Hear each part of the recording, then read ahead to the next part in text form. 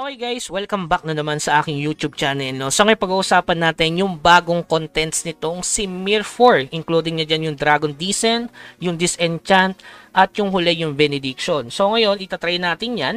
Sabi kasi ng iba, ang pangkuya daw, hindi daw kaya ng F2P. Guys, pwede naman sa F2P, pero dun lang tayo sa stats na pang F2P. Like, pwede naman yung, lalo sa Dragon Descent na rare na gamitin, di ba?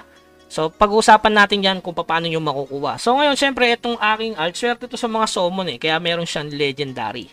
So, yan, gagamitin natin yung legendary for example lang, guys. So, ibig sabihin, pwedeng magawa. Depende sa swerte ng character. So, ibig sabihin, pwede pang F2P. So, yan, tatry muna natin yung Dragon Descent na to. So, dito, punta kayo sa... Saan ba yun? Sa Conquest, tapos Divine Dragon Descent. So, try natin agad. O, pwede pala dito, no? So, may clue tayo, pero unahin ko lang muna, syempre, yung isang Dragon Skill. Okay, try natin. Kutsachamba. So, pwede naman gawin kong main tong, yung alt ko, kasi dalawa na rin yung Legend. At saka meron na siyang Legend Armor. So, gagawa naman din ako ng isang Legend Weapon. So, kasusin muna natin yung isa para makita natin kung swerte or malas. Kung sobrang laki ng bigay ng stats nito. Okay, so ibig sabihin, pwede sa mga F2P, pero yung Dragon Skill pwede rin sa 1-3 na stats ata yan. So sa Epic, 3.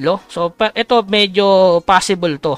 Kasi ang gagawin nyo dito pala guys, para sa materials ito, magsusummon lang kayo ng Shaman, basta summon dun sa MS4F, makakaipon kayo ng panggawa ng mga ganito. Okay, so gagawin ko yan sa main. Sa main ko kasi wala na akong legendary unless buo agad yun.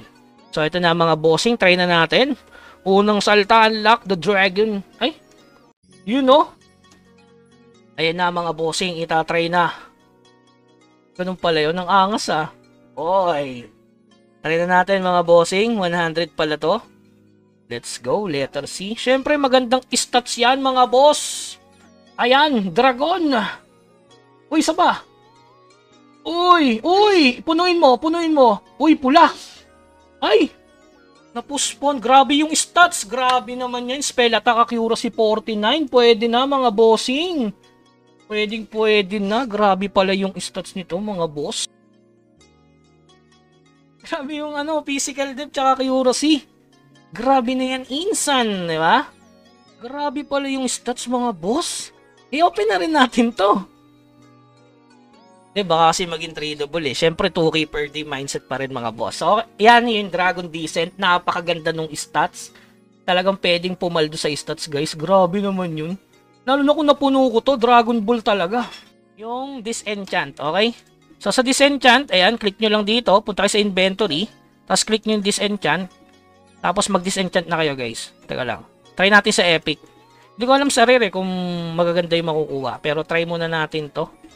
So, wala na paggagamitan kasi niyan guys. Kasi legendary na yung ating. Uy! Septaria. Mas maganda ba? Mas maganda ba? Mas marami? Parang wala namang dagdag ba't ganun? Kailangan nata tier 4 Pero okay na yan. Sample lang naman to guys. Para bago nyo subukan. Syempre ako muna. Parang alay. Alay sa'yo. Boom! Uy! Red Septaria. Grabe naman yun. Ginawa. Ay, pwede gamitin. 2 piraso. Di sana nagbasag na lang ako ng nebula. Pinang codex ko na lang sana yun. So, yun guys. Isang item lang pala yung makukuha doon. So, yun yung Disenchant. Ngayon yung huli. Syempre, etong tinatawag nating Benediction sa Dragon Artifact. So, click nyo lang yung Dragon Artifacts mga boss. Eto. Tapos Benediction. Ayan.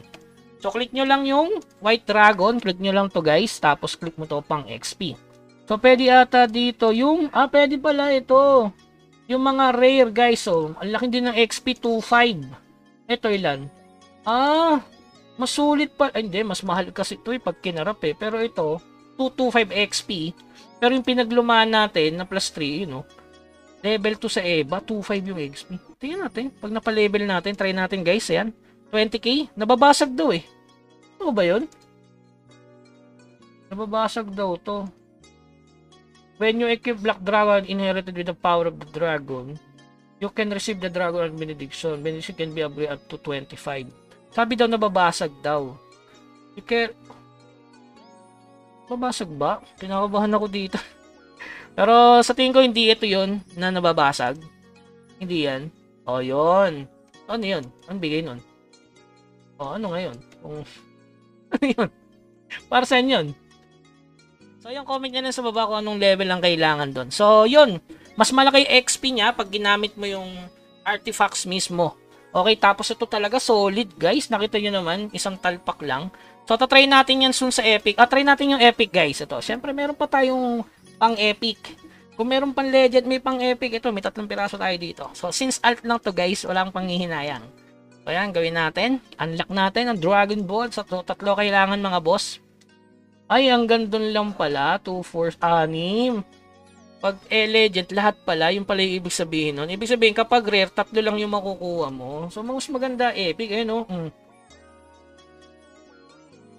Ay, yun lang. Yun lang. Yun lang, 3 lang din. Sana, rare na lang yung ginamit nyo pag ganyan, guys.